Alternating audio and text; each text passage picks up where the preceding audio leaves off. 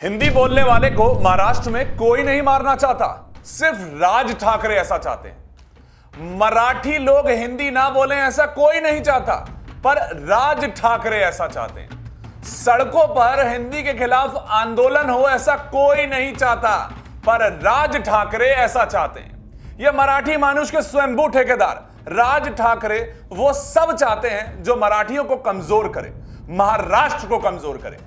राज ठाकरे को जनता ना वोट दे रही है, ना ही हिंदी और मराठी की लड़ाई चाहती है, पर अपनी दुकान चलाने के लिए राज ठाकरे ना जाने क्या क्या चाहते हैं। आज इस वीडियो में बताऊंगा कि राज ठाकरे की हर कदम पर क्या क्या वो नाकामियां हैं जो महाराष्ट्र को पीछे ले गई, और उनके देश तोड़ने वाले खतरनाक इरादों का खुलासा भी करूंगा। क्यों मराठी और हिंदियों को लड़ा रहे हैं, हिंदी भाषी लोगों को लड़ा रहे हैं।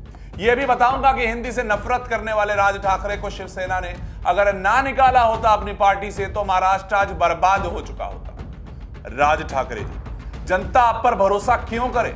2024 के विधानसभा चुनाव में आपकी पार्टी एमएनएस एक भी सीट नहीं ला पाती है, 0 नंबर। देखिए 2009 में क्या थे, 13 सीटें थी आपके पास, 14 में आते आते 1, 19 में भी 1, और अब आपके पास बचा है सिर्फ 0।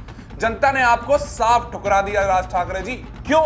क्योंकि आपकी नीतियां सिर्फ नफरत फैलाती हैं, समाधान कभी नहीं देती। आप कहते हैं हम मराठी मानुस की बात करते हैं, लेकिन जनता तो समझ चुकी है कि आपकी मराठियों के लिए जो बातें आपने की है ना, वो सिर्फ हवाई बातें थी। आपकी पार्टी का हाल तो देखिए ना, आपको ना वोट मिलता है, ना सीट मिलती है, ना ही जनता का प्यार। मराठियों के नाम पर आप लड़ाई लड़ रहे हैं, लेकिन मराठी भी आपको, जनता भी आपको अब उम्मीद करती ही नहीं है आपसे। जनता समझ गई कि राज ठाकरे वो नेता है जो नफरत फैलाता है, विकास को ठप्प करना चाहता है, और जिसे जनता ने बार बार नकार दिया है। तभी तो सड़कों पर आप ये सब देख रहे हैं, लड़ रहे हैं। क्यों? हिंदी नहीं बोल पाता है, मराठी नहीं बोल पाता है, इन चीजों पे अब लड़ाई हो रही है महाराष्ट्र में। अरे एक व्यक्ति मराठी नहीं बोल पाया तो आप उसको मारने लगेंगे क्या? ये सिर्फ राज ठाकरे जी कर रहे हैं, महाराष्ट्र में नहीं हो रहा है। आप सोच रहे हो कि वहां के लोग कर रहे हैं, नहीं। जनता ना वोट दे रही है, ना ही हिंदी और मराठी की लड़ाई चाहती। राज ठाकरे जी का तो यही जीवन है, अब देखिए। लेकिन राज ठाकरे जी, आप तो इसी आंख को भड़काने में लगे हुए हो। आपका इतिहास उठा लेता हूं। 2008 में आपने उत्तर भारतीयों पर हमले करवाए, दुकानों पर मराठी साइन बोर्ड की मांग की, पर सच क्या है? महाराष्ट्र की अर्थव्यवस्था में उत्तर भारतीयों का योगदान बताऊंगा ना, चौंक जाओगे आप। 30 से 40% है। मुंबई में 50% से ज्यादा टैक्सी ड्राइवर्स, मजदूर, छोटे व्यापारी हिंदी भाषी हैं, और आप कह रहे हो मराठी नहीं बोलोगे तो मारूंगा उनको, आंदोलन छेड़ दो। अगर ये लोग महाराष्ट्र छोड़ देना आज, तो मुंबई की रीढ़ टूट जाएगी। आपकी नफरत भरी राजनीति ने सिर्फ सामाजिक तनाव बढ़ाया है राज ठाकरे जी। विकास को ठप्प करने की आपकी कोशिश थी ना, नाकाम। जनता यह लड़ाई चाहती ही नहीं है, वो शांति और तरक्की चाहती है। अब चाहे वो हिंदी भाषी हो या मराठी बोले, सब प्यार से रहना चाहते हैं। अब राज ठाकरे जी के इतिहास पर भी नजर डाल लेते हैं। आप सोच रहे हैं राज ठाकरे जी अभी ऐसी बातें कर रहे हैं, पहले से भी थे क्या? बिल्कुल थे। अगर राज ठाकरे को शिवसेना से ना निकाला जाता, निकाला गया था, ये भी बताता हूं कैसे, तो महाराष्ट्र आज बर्बाद हो चुका होता। उनकी नीतियां सिर्फ विभाजन और हिंसा की थी। ये राजनीति उन्होंने शिवसेना से निकल के करी, अच्छा वो निकाल दिया। 2006 में शिवसेना से निकाले जाने से पहले राज ठाकरे पार्टी में अपनी मनमानी करना चाहते।